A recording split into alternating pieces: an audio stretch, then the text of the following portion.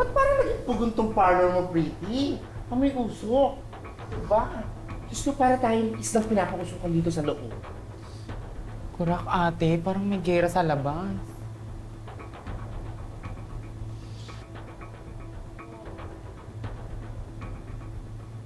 Hindi ba naman tanga tong Lorna na to? Diyan pumeso sa tapat ng salon natin. Pakahayop talaga, oh. Nananadya eh. Eh bakit pinayagan yan? Di ba bawal magtinda dyan sa daan? Buraot kasi ang hayop na yan. Ano ba yan? Bakit may ganyan sa harap ng parlor nyo? Hihikain ako dyan eh. Rin ako. Ay naku, Pretty. Ayusin mo to. Tapos ako, bago akong hot oil, nangangamay usok na. Ano ba? Mama Dodong, huwag kang mag-alala. Kakausapin ko na lumipat sa kabilang kanto yung hayop na yan para matapos na to. Pasensya na ho kayo, ha? Kinausapin ko na lang po. Oo. Doon na nga lang ako magpapagupit sa kabila. Sir!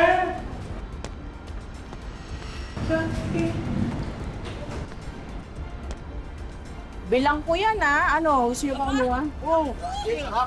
Lorna! Mukhang tiba-tiba ka. Aba, syempre naman, Kapitana. Ang ganda kaya ng pwestong binigay mo sa akin. Sige, pero kung kakalimutan, babayaran mo, pinuhunan ko dyan. At saka sigurado makakaipon ako agad nito pampiyansa kay Hector. Kung ganito lagi benta ko, no? Ay, nga pala, may isa pa akong lalabas na ang pera ng barangay. Nararamdaman ko talaga, ang taon na to ang pinakamaswerte para sa atin. Naku, Kapitana. Alam mo, isa lang ibig sabihin yan. Malakas pa rin talaga tayo kay Lord.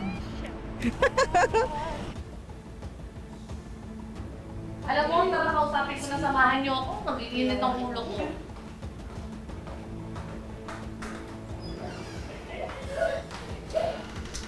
Oo. Ay, Kapitan. Lorna, malakas ka lang din talaga sa barangay, ha?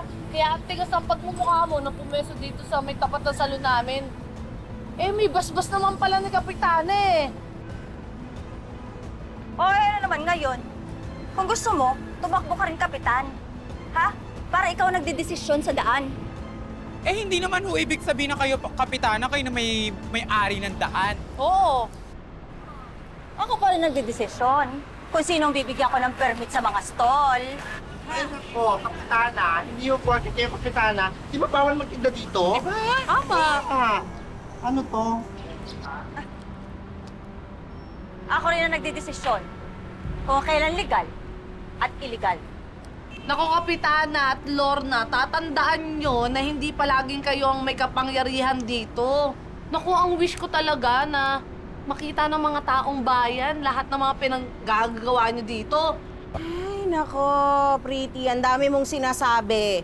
Ang magandang gawin yung tatlo, bumalik kayo sa salon nyo at problemahin mo sarili mong negosyo. Alam niyo problema Ayan, namin? Ayan, nalalagasan na kayo ng customer. Doon. May perwisyo ka. Pero wiso ka. Hindi mo yung alisin dyan. Baho ka yan. Mas mabaho ka. Ah? O sige, nabigyan mo ako ng dugo. Dugo. Tsaka ito, yung isaw. Manok, ha? Manok. Naku, Wala akong may bayaran, araw ha? ka. Oo, Araw nagbabawas. ka sa Babawas akin. ka na dyan sa Ay! kainan. Kahit wag mo na ibawas, libre Ano na ba yan. to? Oo, hindi ko sure.